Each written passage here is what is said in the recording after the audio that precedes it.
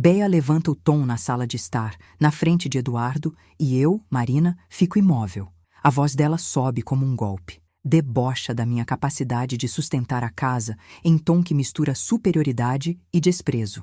A reação do marido é contida, mas o ambiente inteiro esfria.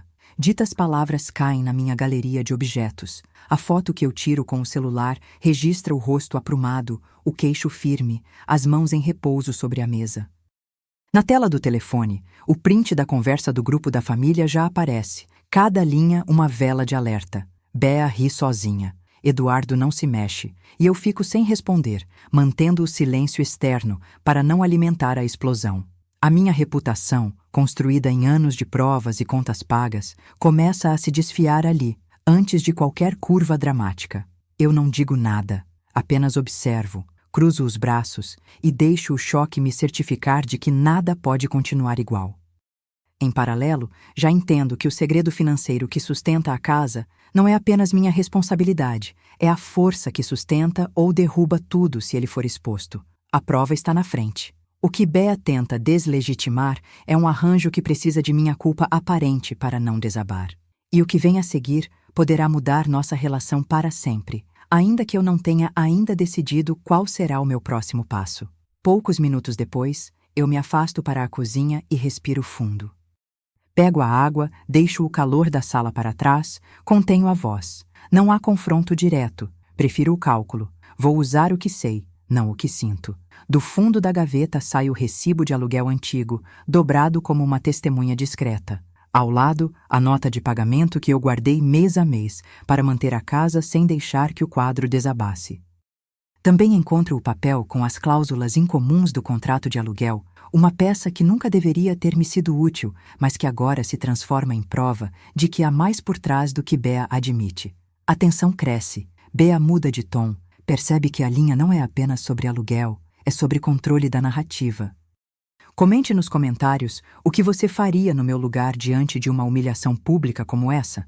Meses atrás, no quarto de Bea, eu aceito o que lá ficou registrado, uma afirmação que a menina repete para justificar tudo, que o aluguel não é problema dela.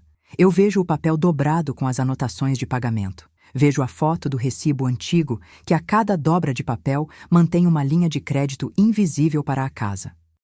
O registro da conversa entre Bea e Eduardo aparece, apontando para uma rede de garantias que mantém tudo vivo. O segredo não é só o aluguel, é a engrenagem que sustenta a família. Agora, de pé na sala, eu entendo o peso. Minha função não é apenas manter a casa de qualquer jeito, é manter a integridade da família, mesmo que isso custe minha própria vergonha. E com a cabeça fria, eu volto o olhar para Bea, para Eduardo, para Dona Lúcia, que observa de longe, e digo apenas uma linha que corta a tensão. Você vai entender o que é sustentar uma casa com o que sobra. 2 semanas antes da reunião, entro no escritório da família. A bancada de madeira range sob meu peso e o resto da casa parece respirar com menos pressa que eu. Abro o extrato antigo do aluguel, aquela página amarelada que já foi lida 1000 vezes sem que ninguém registrasse o que eu vejo agora. A data mostra pagamentos que não batem com o que a gente sempre considerou normal. Ao lado, o contrato de aluguel fica aberto, com cláusulas que parecem riscadas à caneta, pequenos trechos que não deveriam existir. Eu fotografo com o celular cada detalhe, o carimbo gasto, a assinatura antiga, o texto que fala em destinar parte do aluguel para uma dívida antiga. Eu guardo as imagens em uma pasta discreta, deixo os papéis alinhados como quem não quer bagunçar a verdade, mas que já não consegue mais fingir que não viu. O que eu encontro? Uma pista concreta de que o aluguel não era apenas aluguel. Havia uma dívida antiga embutida ali, escondida entre números que pareciam simples. No dia seguinte, no café perto do trabalho de Bea, ela parece mais afinada que de costume, mas o tom dela quando fala com Eduardo trai algo que não é só confiança. Bea comenta que tudo está sob controle financeiro, que não há espaço para drama, e a voz dela é quase suave demais para o que penso ser real. Eduardo ouve, acena de leve, mas os olhos dele denunciam o peso de uma verdade que ainda não veio à tona. Eu observo sem me aproximar demais, só registrando. Uma mensagem entre Bea e Eduardo aparece na tela do celular dela, seguida de uma nota de fatura de aluguel que parece recortar o que todos acreditavam ser o mesmo tipo de gasto. A conversa entre eles, com tom contido, reforça a ideia de que há algo por trás do que está sendo dito em público. Beatriz afirma controle, mas a expressão de Eduardo muda de certeza para cautela. Ele percebe que a discussão pode não terminar onde começou. Eu mantenho o registro. O que está comprovado aqui não é apenas uma disputa de apapazigamento, é a sombra de uma relação econômica que não deveria existir dentro do convívio familiar. O que isso significa para mim? E para Bea? O leitor pode imaginar, mas eu preciso perguntar de forma direta. Se vocês estivessem no meu lugar, o que fariam com provas de dívida que não deveriam existir? À noite, no quarto de Marina, eu fecho a porta do meu saguão particular e organizo novamente a pilha de papéis com calma que quase me trai no dia anterior. Decido guardar tudo em uma pasta lacrada, cada documento separado como se pudesse resistir ao tempo se ficar invisível. Entre as coisas que eu coloco ali, há uma fita VHS antiga com uma gravação financeira, um registro que parece simples e profundo ao mesmo tempo, e uma cópia de e-mail confirmando uma dívida que ninguém deveria ter ouvido falar. Isso não é apenas um item de arquivo, é uma peça-chave que pode mudar a direção de tudo que vem pela frente. A pasta fica sob meu colchão de luxúria e segredos, sob o peso não dito de uma decisão que eu vou precisar tomar num momento certo. A ideia de manter tudo isso agora é proteger a casa, mesmo que para isso eu precise carregar sozinha o peso de algo que Bea ainda não viu inteiro. E então eu pesco a última peça do quebra-cabeça que ainda não revelou seu tamanho completo. A dívida que circula por trás do aluguel não é simples. É uma teia que envolve garantias, contratos e uma linha de crédito ligada à casa. A pasta lacrada recebe o peso de tudo isso, e eu imagino como cada uma dessas evidências pode ser usada para defender ou desmoronar a fachada que a família manteve por tanto tempo. O segredo está chegando a um ponto de inflexão. A ideia de que a casa sustenta tudo com a ajuda de uma dívida invisível não pode mais ser ignorada. Enquanto eu fecho o lacre, eu sei que a próxima conversa, a próxima revelação, vai exigir não apenas coragem, mas um controle que não tenha falhas. Eu abro a pasta lentamente, não para expor tudo de uma vez, mas para manter um controle rígido do que pode sair antes do tempo. Beatriz pode pensar que tudo está sob controle, mas eu sei que o segredo é maior do que ela imagina. O que exatamente está oculto nas páginas seguintes? Eu fecho a pasta de contratos. A sala de reunião da família fica quieta, a madeira range e o ar-condicionado faz um baixo constante. Bea está na ponta da cadeira. Eduardo cruza os braços. Dona Lúcia observa sem abrir mão do silêncio. 3 dias antes da reunião marcada, eu reuni todos para começar a esclarecer o que sustenta a casa, não para apontar dedos. Apresento as cópias de contratos com datas gravadas, extratos com anotações que não deveriam existir. Bea encosta a mão na boca, a saliva seca. O primeiro documento mostra uma cláusula de garantia ligada a uma dívida antiga, escondida atrás do aluguel. Eu gero o registro público que cada um teme ver. Bea não reage com raiva aberta. Ela segura o impulso, respira pela boca, tenta manter o rosto neutro. Eduardo desliza o olhar para baixo, Dona Lúcia ajeita o óculos e parece medir cada palavra que sai da minha boca. Se este segredo vazar, a casa pode ruir. Se ficar escondido, a máscara segura a reputação por mais tempo. Eu sigo sem pressa. A verdade precisa de espaço, mas não pode permanecer no escuro. A tensão cresce, o ar fica pesado e cada linha dos papéis parece ganhar peso. A cada página, a percepção de que a história não é apenas aluguel, mas uma teia de garantias estica o ambiente. Bea tenta manter o tom firme, mas as mãos tremem discretamente. Eduardo, por sua vez, fecha a mão em punho e não sabe onde mirar.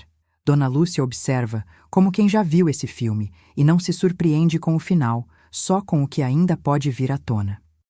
Eu repito, o segredo está aqui, em cada anexo, em cada assinatura que não foi assinada de forma aberta. E o que vem a seguir depende de como cada um escolhe usar essas provas diante da família. Poucos minutos depois, em outra casa, Bea segura o celular como se fosse uma chave que pode trancar a sala onde estamos. Ela lê um e-mail que apareceu na caixa de entrada de Eduardo, enviado pelo financiador oculto que apoia a estrutura da dívida. O assunto é direto: participação na dívida, confirmação de transferência e garantias. O corpo do texto aponta que Eduardo atuou, em nome de Bea, para estruturar uma linha de crédito vinculada à casa, sob o pretexto de manter o empreendimento estável. Bea congela, a respiração fica curta. Ela levanta os olhos para Eduardo, que parece ficar ainda mais imóvel. Eu fico de pé, observo o comportamento dele, e o conteúdo do e-mail se transforma em uma peça-chave da investigação que não pode ser ignorada. Bea comenta abaixo que isso não é apenas aluguel, é uma dívida que a menina parece ter pago sem saber. Eduardo tenta explicar que tudo foi feito para manter a fachada, para que a casa não entrasse em crise, mas a justificativa não apaga o peso do feito. Eu pego o recibo de fatura que aparece na tela do telefone, uma linha que liga Bea à dívida sem uma explicação pública. A cada frase dele, Bea percebe que o que era segredo já não pode ser contido. A sala aperta os ombros, as vozes se elevam de modo contido, e a relação entre Bea e Eduardo se torna uma peça exposta para quem observar. O confronto não é aberto como no dia anterior, mas o conteúdo é devastador. A dívida maior que o aluguel saiu do olho público para dentro da casa. Mais tarde, na noite de volta à casa de Bea, a sala de estar fica iluminada apenas pela lâmpada de mesa e pela tela do notebook. Eu anuncio que o custo da ajuda anterior não cabe mais na memória do modo como foi contado. Digo em voz baixa que parei de pagar o aluguel, não para poupar Bea, mas para entender quanto a casa depende de uma operação financeira que não é vista a olho nu. O extrato antigo de pagamento aparece na tela, um conjunto de números que mostra que parte do aluguel tinha outra destinação, uma linha que aponta para uma dívida antiga mantida como parte do mecanismo de sustentação da casa. O recibo de pagamento final, guardado em uma gaveta de madeira, confirma o término da etapa de apoio financeiro direto. Bea fica tensa, a culpa parece pesar na nuca, a reputação dela começa a sofrer abalos públicos, ainda que de forma contida. Eu observo a reação de Bea, o modo como os olhos tremem na hora de aceitar que o aluguel não é apenas aluguel e que a mãe que sempre protegeu a casa está disposta a cortar o elo que a mantém firme ao custo de expor o que foi escondido. A notícia ainda cria um novo polo de poder. Quem controla a casa pode não ser quem a administra de fato, mas quem detém o conhecimento. O silêncio que se segue não é alívio. É o sinal de que a discussão entrou em território de decisão irreversível. E eu sigo, ciente de que cada ação que cravarmos nesse momento terá efeito imediato sobre a segurança da casa e sobre como Bea verá a própria relação com Marina. O ambiente continua morno. O café na cozinha exala um cheiro de pressa que não é natural. A luz fraca na sala faz sombra nos recibos, nos contratos, nas fotografias que mostram a face de Bea quando escolhe não ceder ao impulso público. A trilha de evidências continua, e o foreshadowing, mostrado nos dias anteriores, começa a se confirmar. Este é o momento em que uma carta antiga de dívida, com numeração gravada, pode aparecer como a peça que muda tudo. Eu volto a perguntar aos presentes, com a voz firme, sem adotar tom acusatório: o que vocês fariam no meu lugar? A resposta não precisa ser declarada em voz alta. Basta que cada um saiba o que significa manter ou perder a casa quando a verdade entra pela porta. O diálogo se torna uma sequência de perguntas que não escolhem o caminho fácil.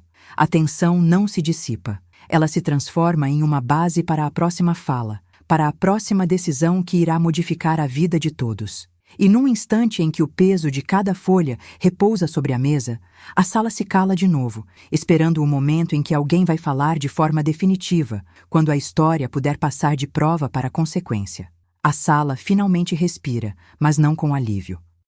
O ar ainda vibra com a certeza de que uma parte da verdade precisa ser revelada para que a casa não se quebre por inteiro. Eu continuo, mantendo o tom direto, objetivo, sem floridas promessas. A casa exige verdade, não silêncio. Depois do jantar, eu reúno Bea, Eduardo e Dona Lúcia na sala. A luz é baixa, a atmosfera rígida. Sobre a mesa, começo a organizar os papéis em sequência. Primeiro, o contrato de aluguel com uma cláusula de garantia. Depois, o extrato antigo que mostra pagamentos claramente redirecionados. Por fim, as cópias de notas e comunicações que compõem o que chamamos de rede de dívidas. Explico, sem rodeios, a casa não se sustenta apenas com aluguel. Há um conjunto de garantias que liga cada pagamento a dívidas antigas, um mecanismo que transforma o que parece simples em uma estrutura de poder financeiro dentro da família. Bea encosta o cotovelo na mesa e ergue as sobrancelhas, tentando reduzir tudo a uma provocação.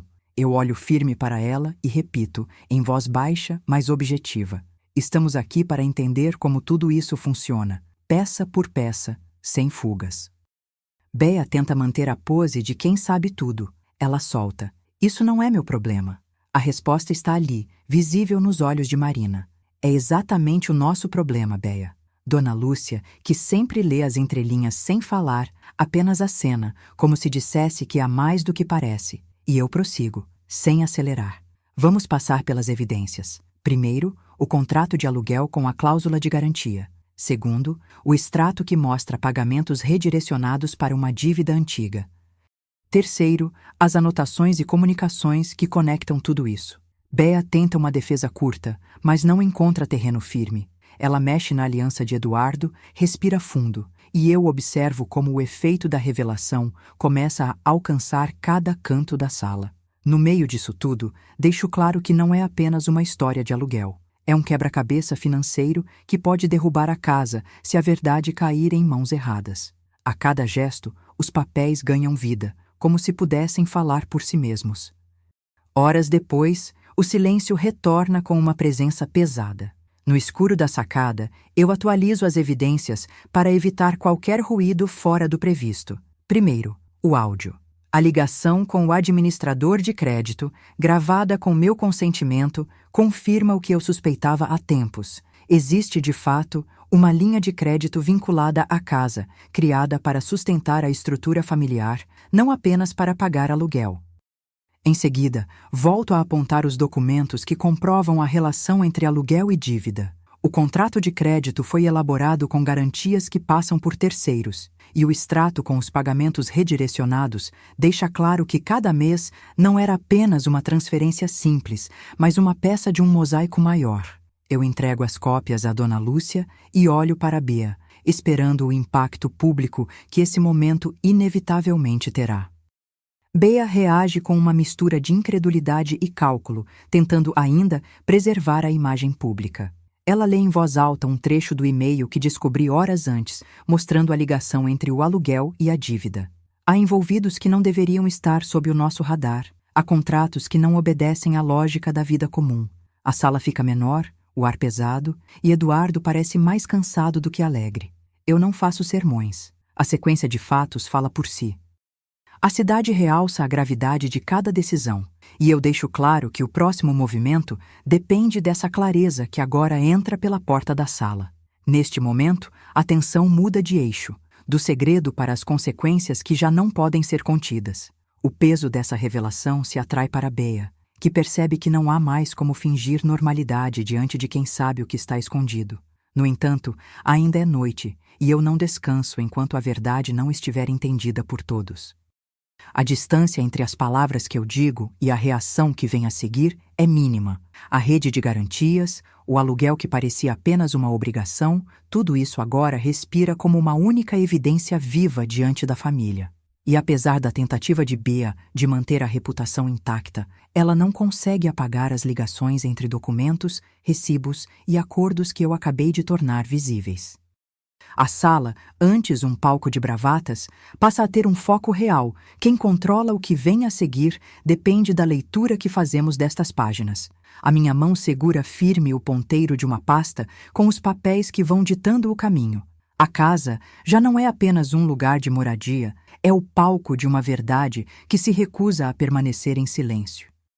A linha de crédito vinculada à casa foi ativada hoje. O aluguel que financia nossa casa agora é a nossa própria culpa. Quem realmente é responsável pelo que vem a seguir? Dia seguinte, o condomínio respira pelo dente inteiro após a humilhação pública. Eduardo aparece no saguão com pressa, como quem sabe que cada minuto pode mudar o jogo. Ele tenta barganhar comigo, Marina, para reduzir o choque social que paira sobre Bea, e sobre a nossa casa. No celular dele brilha um print da conversa do grupo da família. Podemos conversar com o síndico para gerenciar a crise, evitar vazamento. Ele me entrega o telefone, incerto, esperando que eu recue. Eu encaro o vidro da porta de vidro e digo sem mudar o tom: não vamos negociar segredo. A verdade vem. Não é bravata, é cálculo. A tentativa dele de abrir um caminho pela metade não me convence. Ele insiste, cita promessas de apoio e de silêncio contido, mas eu mantenho o mesmo eixo: transparência, custo público, imagem não é abrigo. O efeito é imediato. Bea parece olhar menos para mim, como se eu fosse a inimiga do dia, e mais como alguém que pode drasticamente mudar a direção do barco. A evidência está aqui, não no bolso dele. A mensagem na tela, o registro da reunião com o síndico, as anotações no aplicativo da Assembleia.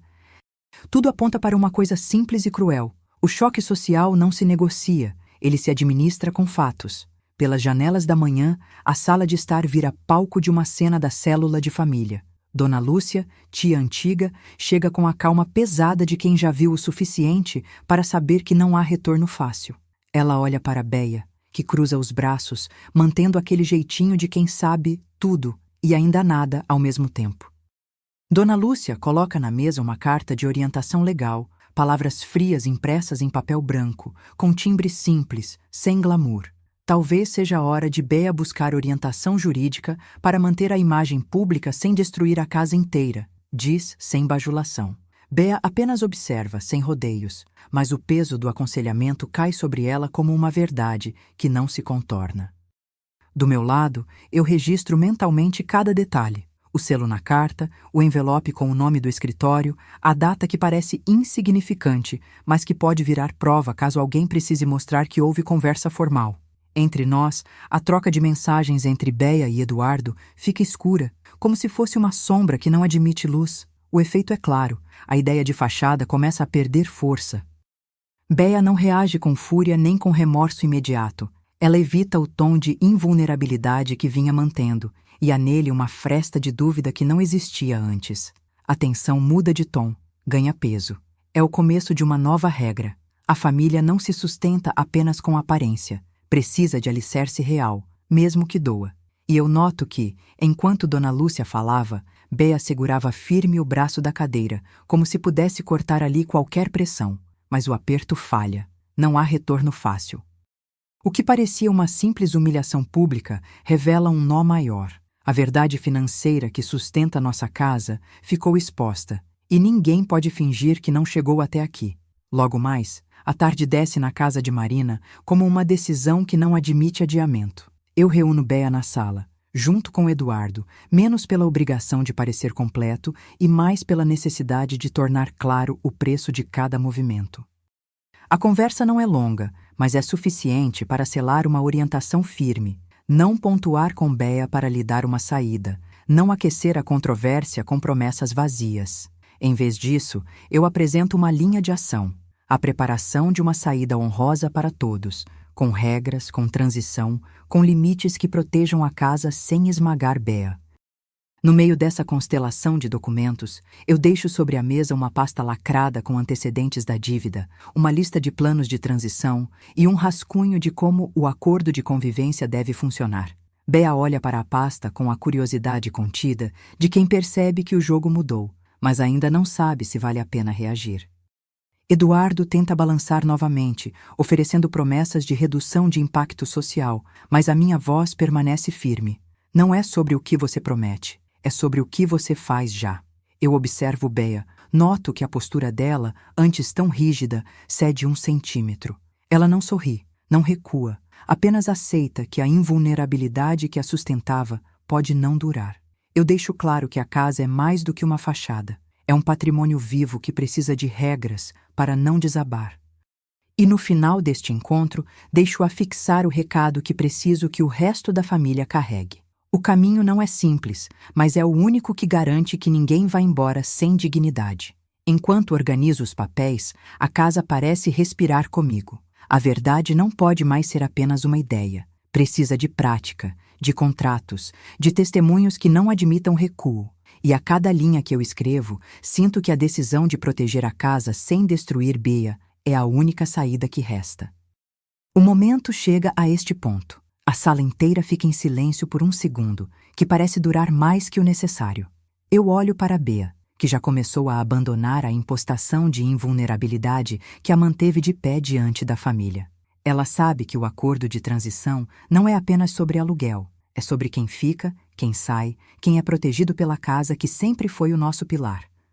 No fim, o que parecia uma opção momentânea, manter a fachada a qualquer custo, é substituído pela chance de uma saída honrosa, com regras claras, que não humilha, não destrói, apenas redefine.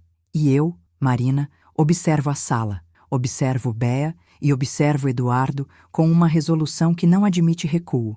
A casa precisa de verdade, não silêncio. A frase fica pairando no ar, simples e concreta, sem floresta de significado. A casa exige verdade, não silêncio.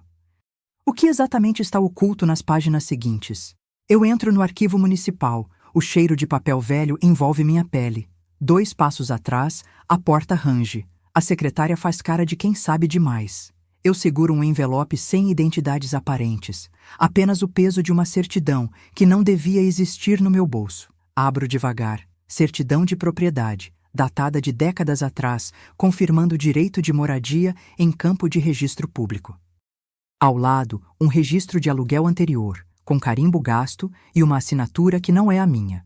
A verdade legal sobre a casa sai à tona sem pedir licença. A família começa a entender o peso do legado que sempre fingimos não ter. Poucos minutos depois, entro na sala de estar.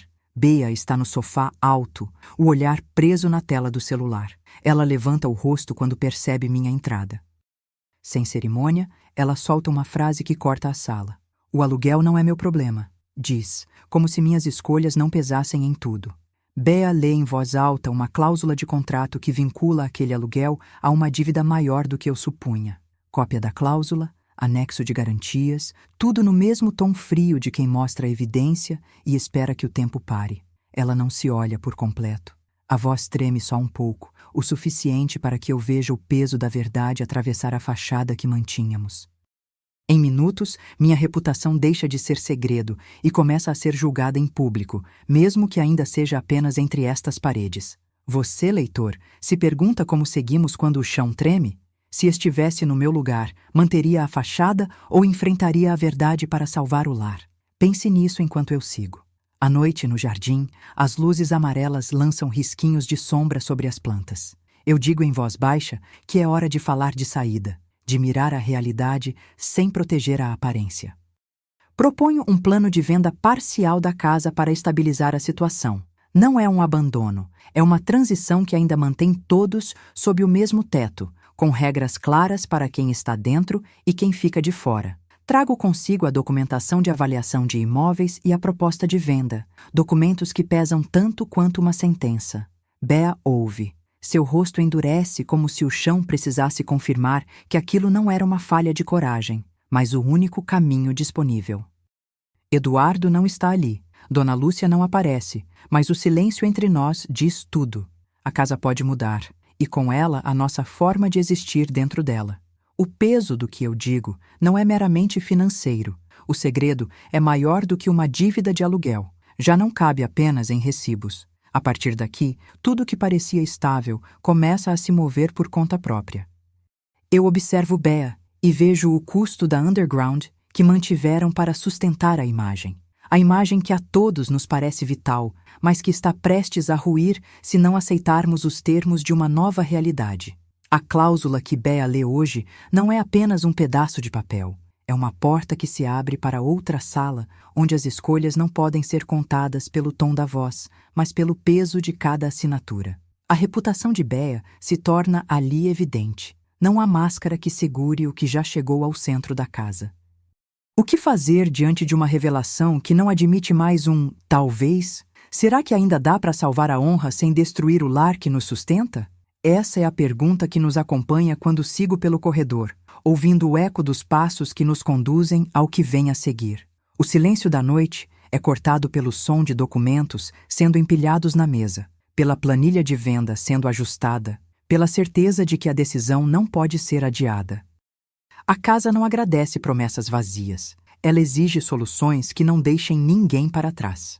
Eu volto para a sala de estar, onde a família ainda está reunida, e proponho que tratemos tudo com a cabeça e o peito abertos. Não há vitória sem custo. Não há casa sem regras que protejam quem permanece. A proposta de venda não é derrota, é uma cobertura de lógica, uma saída honrosa que não transforma a casa em um canil de disputas, mas a mantém como espaço de continuidade. A cada minuto que passa, a linha entre o passado que nos manteve e o futuro que nos espera fica menos turva. A percepção de Bea sobre os limites da família muda. A imagem que ela protege não é mais apenas dela, é de todos nós. No entanto, a noite deixa um presságio claro. Uma lista de propriedades em carta de transição surge como uma sombra na janela. Se precisarmos, haverá um caminho para reorganizar a casa sem que ela quebre. Eu não culpo Bea por ter desejado manter o que é dela, mas não posso permitir que a verdade seja esmagada pela vontade de manter aparências. O eco de passos na casa, ao cair da noite, marca a transição de vida que vemos diante de nós. Mudança real, não apenas discussão. Ainda assim, a tensão não se dilui. Eu sinto a necessidade de uma conclusão visível, de um marco que mostre que não estamos apenas discutindo. Estamos decidindo com consequências claras. A sala de estar respira junto comigo quando digo o que precisa ser dito. Não dá para apagar o que está diante dos olhos. O peso de uma herança não se resolve com silêncio, mas com uma escolha tomada com a cabeça erguida e a responsabilidade firme. E então, a hora chega de forma inevitável. O clímax se aproxima, e com ele, a certeza de que não há retorno para o que já foi aberto. O aluguel que financia a nossa casa hoje não é apenas uma linha contábil, é a nossa própria culpa quando olhamos para o que fizemos para manter aparências. O que seguimos a fazer depende do que escolhermos na próxima hora, sob as luzes frias do jardim. O aluguel que financia a nossa casa agora é a nossa própria culpa. Dia do clímax. Bea chega com o mediador da família, o peso da sala cresce a cada passo. Eu observo o movimento das mãos dela, a caneta que treme antes de tocar o papel. O acordo de transição fica aberto sobre a mesa. O mediador verifica as assinaturas, o carimbo finalena o processo. Bea assina primeiro, sem hesitar, como se finalmente pudesse respirar depois de tanto fingir. Eu assino por último, apenas para confirmar que meu silêncio não é mais silêncio, é contrato com termos claros. Do lado de fora, o vento provoca um ranger na porta. Aqui dentro, tudo ficou contido, mas irreversível. A cópia do acordo de transição fica comigo, a outra fica com a família. Recebo o peso da palavra fim sem alívio. A partir de agora, não há como voltar atrás. A dinâmica muda e a minha relação com Bea muda junto. A sala parece menos acolhedora e mais uma linha de defesa que cada um mantém entre si. Poucos minutos depois, entro no escritório da minha casa e mostro a Bea as novas regras que começam a vigorar. Em papel, nada muda a nossa relação de fato sem quem diz, agora é assim. Eu digo em voz baixa o que não cabe em discurso público. Uso da casa com limites, horários, responsabilidades compartilhadas, salvaguardas para evitar novos abusos de confiança. Bea lê cada linha, o olhar endurece e logo cede. Não há deboche, há aceitação contida. Em seguida, eu guardo o conjunto de regras em uma pasta lacrada, com as cópias numeradas. Dona Lúcia entra ali pelo corredor, observa sem intervir, apenas como quem já sabe que o jogo entra em uma nova fase. O efeito imediato é claro. Bea não pode mais operar no silêncio como se nada tivesse mudado.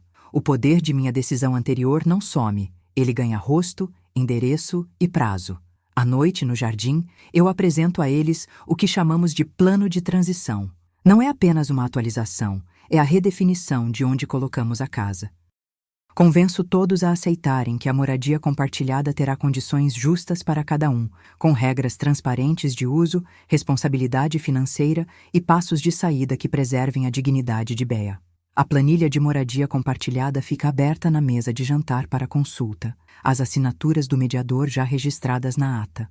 O riso preso de Bea some por um instante. Eduardo observa de um canto, tentando entender o que está por vir sem atravessar o limiar da verdade. Dona Lúcia aponta o dedo para a janela. Lá fora, a cidade continua, mas aqui dentro, a linha foi traçada. Ninguém volta a fingir que tudo está bem sem enfrentar o custo. O peso financeiro sai da sombra para a luz. O preço precisa ser pago. E agora, todos sabem quem paga. Bea, olhando para mim e para os papéis, percebe que o equilíbrio que parecia manter a paz pode exigir mais do que ela imaginava. Eu sinto o ar ficando denso, como se cada passo meu nesses minutos tivesse sido avaliado por olhos que não vemos. Ela respira fundo, tenta reunir o que resta de orgulho, e eu confirmei com um aceno mínimo que as regras existem para ser cumpridas, não para ser quebradas. O mediador guarda a pasta na gaveta e o silêncio volta a prender a sala, mas com uma diferença. Não é mais silêncio cúmplice, é silêncio estratégico. O que antes parecia segura a casa agora é um acordo vivo, com cláusulas que podem mudar com o tempo, com sinais que apontam para uma saída honrosa se todos acordarem seguir juntos. Bea olha para a porta entreaberta, parece medir a distância entre o que está escrito e o que ainda não sabemos. Eu sei o que vem a seguir, uma nova etapa, com termos definidos para evitar recaídas, uma linguagem de convivência que não deixa espaço para o acaso. Enquanto o mediador sai, eu pego a carta de transição que ficou mãe de Bea na gaveta do hall e penso no que significará para a nossa rotina, para nossos encontros, para a nossa honra. O plano é simples, mas o peso não é. O que vem pela frente é a convivência com regras, não com promessas. E no meio dessa certeza, Bea vira o rosto para mim e cala o mundo com uma pergunta que não precisa de resposta imediata. Bea olha para a porta da sala, o mediador coloca o contrato de transição na gaveta e ela pergunta em voz baixa: e se perdermos tudo, quem ainda está do meu lado? Estou no auditório comunitário, sala de vidro que olha para a praça. As cadeiras estão cheias e a iluminação é fria, prática. No palco, o microfone treme na minha mão, a gravação já ligada, a tela atrás de mim exibindo o título simples: Responsabilidade e Verdade. A plateia silencia. O som do ar-condicionado parece distante. Eu começo. A casa só fica em pé quando a verdade paga a conta. O silêncio pesa mais que o vidro da janela. Alguém aproxima o corpo para ouvir melhor. Bea está na primeira fileira, Eduardo ao lado dela, Dona Lúcia em outra ponta da sala. A gravação captará cada fala. A transcrição já circula entre advogados e parentes. Já está nos grupos da família. Não existe reforma sem a coragem de enfrentar o que foi escondido. Eu sigo, direto, sem rodeios. As manchetes parecem se aproximar, mas eu não recuo. A reação é contida. Alguns olhares fugazes, alguns acenos de cabeça que não aceitam, outros bocejos que tentam deslegitimar a minha fala. Eu não reajo ao climão. Marco cada movimento com precisão, como quem traça uma linha de custo e retorno. Bea se levanta de supetão. O decoro que usa para manter as aparências desmorona um segundo e volta a agir como quem está acima de tudo. Ela abre a boca, mas eu já encarei a plateia. Mãe, errei. Fui injusta com você. Humilhar não é justiça. O silêncio cai de vez. Eduardo respira fundo. Dona Lúcia levanta apenas uma sobrancelha. Bea engole o orgulho. O que é dito com firmeza não pode ser desfeito, mas a frase que sai é simples. Sinto muito. O comentário não chega a soar como desculpa. É mais um reconhecimento do dano causado. Eu observo Bea. Ela parece mais leve por um instante e, em seguida, fica tensa de novo, como alguém que sabe que o chão pode desaparecer a qualquer passo. A plateia assente, alguns murmúrios se transformam em concordância contida. O ambiente muda. O peso da humilhação pública é substituído pela percepção de que há responsabilidade compartilhada para sair dali com algo diferente. Eu aproveito o momento para abrir o caminho de uma nova etapa. Não há vitória banal aqui. Há transição. No vidro da cidade, as luzes parecem acender uma linha de continuidade. Eu olho para Bea e a voz ameaça não tremer mais. Agora começa a parte prática, digo, e o tom não admite contrariedade. Aponto para o envelope sobre a mesa de madeira. Nele está o plano de transição final e o documento de apoio emocional e financeiro que já preparei. Bea olha para o envelope, depois para mim, e engole o orgulho que ficou preso na garganta. Dona Lúcia observa em silêncio. Eduardo cruza os braços, ainda tentando medir o tamanho da mudança. Eu descrevo o plano em voz clara. Moradia compartilhada com regras, apoio legal para a transição, apoio financeiro para quem ficar. E faço o apelo direto. Se alguém aqui já precisou escolher entre manter a fachada ou enfrentar a verdade, comente. O que você faria no meu lugar? O auditório reage de forma prática. Bea aceita o protagonismo da mudança, ainda que com relutância. Eu digo que o passo seguinte é a implementação. A sala recebe as peças de evidência com o peso de uma decisão real. O que parecia impossível agora recebe um caminho viável. O que era segredo, parte de uma rede de garantias que sustentava a casa, começa a emergir como responsabilidade compartilhada. A cidade não esquece. A verdade, embora dolorosa, pavimenta um novo caminho. Uma linha de crédito vinculada à casa foi aprovada para sustentar a transição, com garantias da própria propriedade. Quem pagará o preço final pela verdade? Dia de encerramento. No quintal da casa, a carta de legado fica sobre a mesa como um mapa aberto. Marina segura o papel com as duas mãos, a luva ainda no dedo indicador e os olhos fixos em Bea, Eduardo e Dona Lúcia.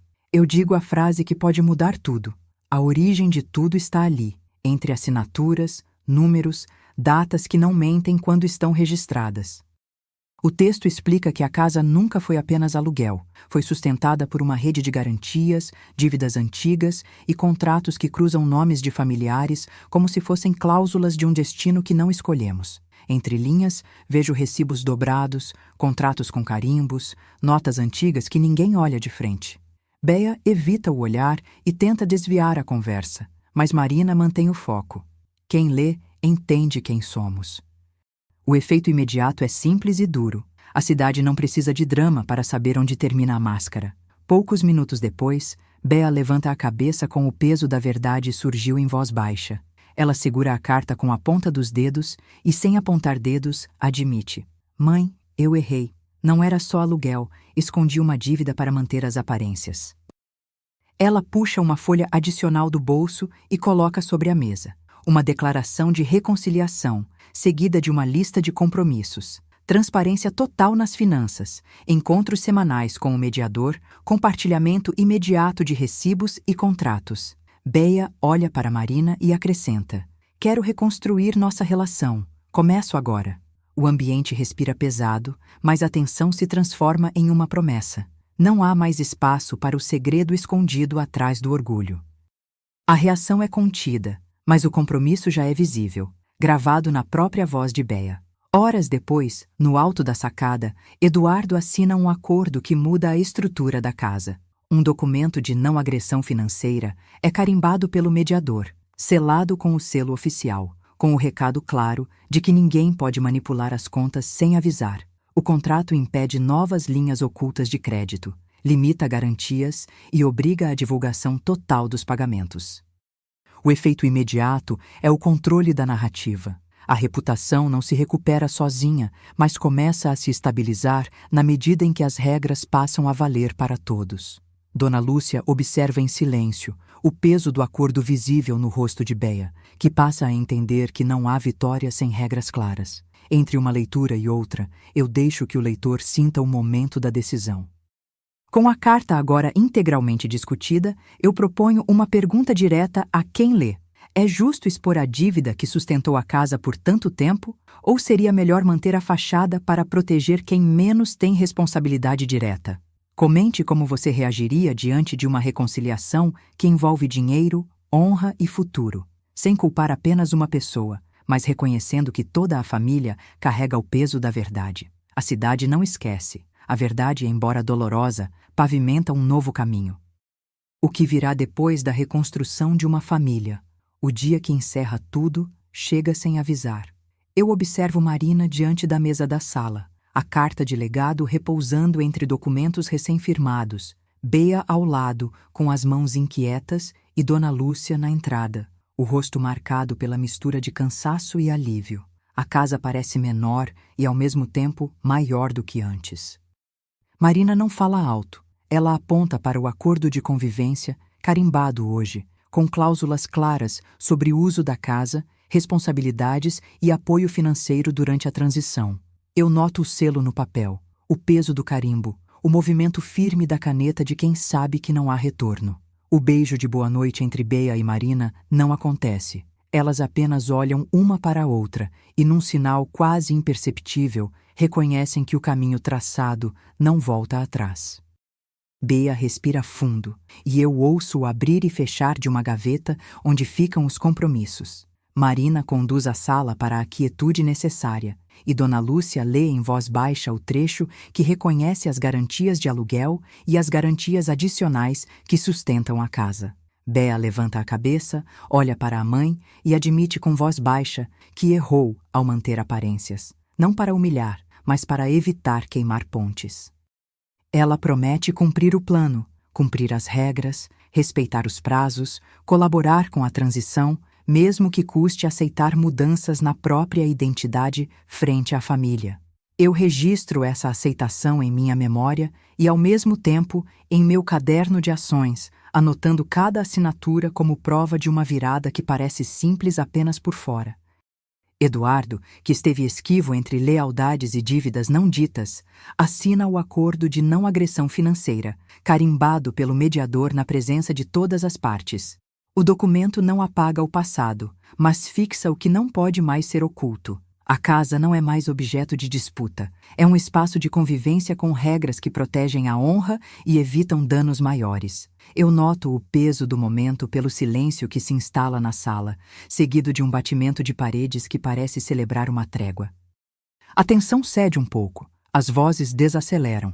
Vale o que está escrito ali, cada cláusula, cada parágrafo, cada assinatura que transforma um segredo em responsabilidade comum. À noite, no jardim, Marina revela o último movimento. Não há vitória fácil. Há uma saída honrosa que preserva a dignidade de todos, especialmente da casa que sustenta a história da família. Bea recebe a notícia com a humildade de quem reconhece o custo da verdade. Eduardo permanece ao lado, sem erguer o tom, apenas aceitando que o caminho não voltará atrás. O plano de transição final é apresentado com cronograma, metas e salvaguardas. Há ainda uma lista de contatos para apoio emocional e financeiro, itens que reforçam que o essencial não é apenas manter a casa, mas manter a coragem de continuar de cabeça erguida. A atmosfera tem cheiro de madeira antiga, de café que ainda queima na cozinha quando pensamos nos dias que virão, mas agora em tom resoluto, não em ansiedade. Eu observo cada gesto que já não pode ser desfeito. O aperto de mão entre Bea e Marina, o aceno sinalizando que a narrativa mudou de direção, o recibo guardado com a promessa de não ser reaberto sem necessidade. Eu entrego a sequência do que vem a seguir de forma prática, para que não haja espaço para voltarmos ao ponto de partida. O acordo de convivência assinado hoje define regras que antes eram apenas possibilidades. Parte da casa permanece sob moradia compartilhada, com um cronograma claro de uso e de responsabilidades. Existe um protocolo de saída suave para Bea se uma alternativa surgir, sempre sem destruir o que a família construiu. E há o compromisso de manter a dignidade de todos como prioridade, mesmo quando o custo financeiro se mostra alto. A comunidade não precisa entender cada detalhe. O que importa é ver que a casa continua funcionando sob uma nova lógica, sem que a verdade seja um fardo, mas um alicerce. Eu olho o grupo reunido, sinto a distância entre o que era e o que será, e percebo que o próximo capítulo, ainda por escrever, repousa nas escolhas de cada um amanhã. O que foi vivido até aqui não apaga a dor, mas transforma o modo de caminhar.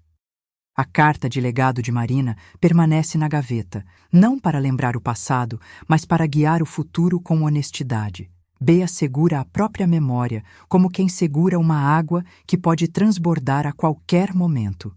Eduardo sabe que não há como desfazer o que já foi revelado, apenas moldar o que ainda pode ser protegido. O mediador fecha o protocolo com um toque de satisfatório silêncio e a casa recebe o som de passos que se dirigem à saída com a promessa de retorno apenas se for necessário. O jardim recebe a última vigília da noite e o vento parece carregar o peso de tudo o que foi dito. O acordo de convivência, carimbado hoje, já está assinado. Qual será o capítulo seguinte da família?